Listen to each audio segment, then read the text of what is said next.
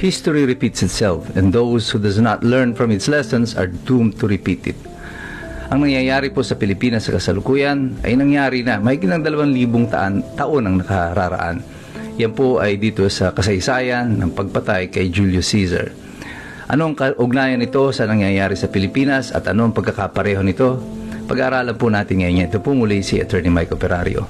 Noong 44 BC, si Julius Caesar ay pinaslang ng Senado o at least 6 na po miyembro ng Senado ng Roma at ang nais nila noon ay palitan si Julius Caesar sapagkat sinasabi nila na siya ay isang banta at isang diktador at kailangan siyang alisin sa Republika ng Roma. Inaasahan nila na ang taong bayan ay papanig sa kanila sa kanilang ginawa at sa kanilang husay na magpaliwanag, mabobola nila ang mga Romano. At ganoon niya ang kanilang ginawa. Tulong-tulong, sinaksak nila si Julius Caesar 23 beses. At pagkatapos siyang patayin, sila ay lumabas sa Senado, nagpaliwanag sa mga tao at naglakad pa sila at inaanunsyo sa mga tao na malayo na ang Roma. Subalit ang selebrasyon na inaasahan nila ay hindi nangyari. As a matter of fact, what happened was a look of indifference. Parang walang pakialam yung mga tao sa ginagawa nila at sinasabi nila at may pagkainis pa sa itsura ng mga mamamayan. At nang nakarating na ang balita na ito sa mga general ni Julius Caesar, mga sundalo na loyal pa sa kanya, isa na nga doon ay si Mark Antony, ay bumalik sila sa Roma at upang makita ang bangkay ni Julius Caesar. At dito nakita ni Mark Antony kung gaano kadami ang bilang ng saksak, 23. At ang ginawa niya ay pinaliwanag niya sa taong bayan kung ano ang totoong nangyari. Isa-isa, pinakita niya kung paano tinamaan si Julius Caesar gamit ang damit na suot-suot noon ni Julius. Pagkatapos noon ay nagkaroon nagplano sila ng isang funeral for Julius Caesar.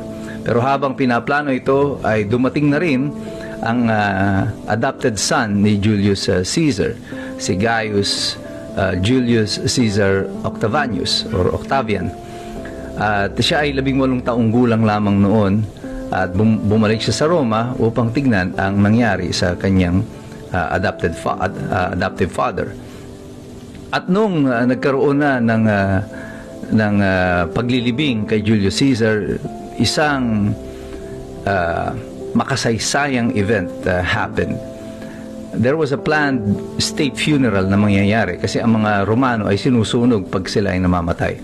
Pero nung nagpuprosesyon na, hindi na na-contain ng mga tao ang kanilang galit at kinuha nila ang bangkay ni Julius Caesar, kinarga nila ito sa paligid ng Roma, pero hindi nila ito dinala doon sa designated na lugar kung saan susunugin ang bangkay. Bagkus, nag-riot noon ang mga Romano, naggawa sila ng sarili nilang pagsusunugan kay Julius Caesar doon mismo sa town center malapit sa Senado kung saan siya ay pinaslang.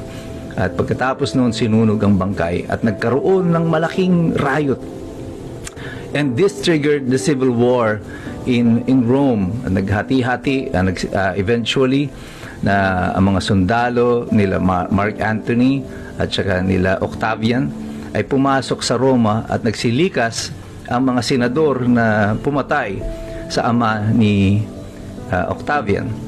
Nagkaroon pa ng mahabang mga alliances tungkol dito, si Mark Antony, si Octavian, pero eventually ang naging pinuno ng Roma ay ang anak ni Julius Caesar na si Octavian, and he restyled himself. He was named as Augustus.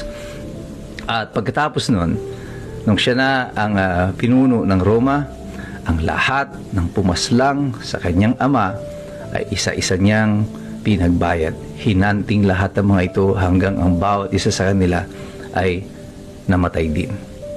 And this is where the semblance of what is happening in our country begins and ends. Kung mapapansin ninyo, si Rodrigo Duterte is just like Julius Caesar. Siya ay pinagtaksilan. Siya ay ikinulong sa The Hague ng mga tao din na dati niyang mga kasama. Bongbong Marcos, sila Remulla. Lahat ng mga ito ay mga supposedly ay mga dating kaalyado sa politika. Yung mga pumapalakpak sa Kongreso noon kay Rodrigo Duterte nang siya pang Pangulo, ay siya rin ngayong hiyaw ng hiyaw at tahol ng tahol na kinukundina. Ang mga dilawan at ang mga pink, with their woke agenda, ang feeling nila is that if they explain enough to the people, maniniwala tayo na masama ang kampanya laban sa droga. This is bad for the Republic, that these human rights violations are enough para dalhin yung ating dating Pangulo sa sahig, alitisin at patayin. Hindi nila intindihan hanggang sa kasalukuyan kung bakit ang taong bayan ay naniwala kay Rodrigo Duterte. Hindi nila alam na kung ano ang pulso ng mamamayan, ano ang gusto ng taong bayan. Nung panahon ni Rodrigo Duterte na malala ang sitwasyon ng droga at kriminalidad sa ating bansa, kung saan lahat ng mga involved sa mga sindikato at narco-politics are the ones now running the government, people needed stability, and they found it in Rodrigo Duterte. Hindi yan naintindihan ng mga pink, ng mga dilaw, at may mga woke agenda. Akala nila sa pagkanilang mga pagsasalita, yung kanilang mga speech na gagawing santo ang mga drug addict, ito ang kailangan natin. Hindi ito ang kailangan ng taong bayan. Ang kailangan natin noon, konkretong solusyon. And that is what Rodrigo Duterte provided. And he earned the loyalty of the people. 80% approval rating niya when he was out of office. Even up to today, nasa 77% ang kanyang approval rating habang siya ay nakakulong sa Hague. But this is where the similarity is about to happen before our eyes. Lagi ko nang sinasabi nito, that Rodrigo Duterte is an old man. And he will die soon. And from March of last year, nung inaresto pa lang si Rodrigo Duterte, sinabi ko na sa inyo, I don't think makakauwi pa siya ng buhay dito sa atin. And if history is about to repeat itself, that funeral, when it happens, kapag inuwi nilang bangkay sa Pilipinas si Rodrigo Duterte, what happened in Rome at the time of Julius Caesar will happen again in the Philippines. Magkakaroon ng outpouring, ng galit, ng emosyon ang mga tao at ang lahat na nagtraidor sa ating republika, sa ating bansa at sa ating dating Pangulo ay magbabayad sa kanilang mga ginawa. And who will succeed Rodrigo Duterte? Same way that Julius Caesar was succeeded by Octavian, later on who became Augustus. Rodrigo Duterte is bound to be succeeded by her daughter, Sara Duterte. At yan ay hindi maintindihan hanggang sa kasalukuyan ng mga pink, ng dilaw, ng mga Marcos loyalists, because they never studied their history. Hindi nila inaral ang kanilang kasaysayan.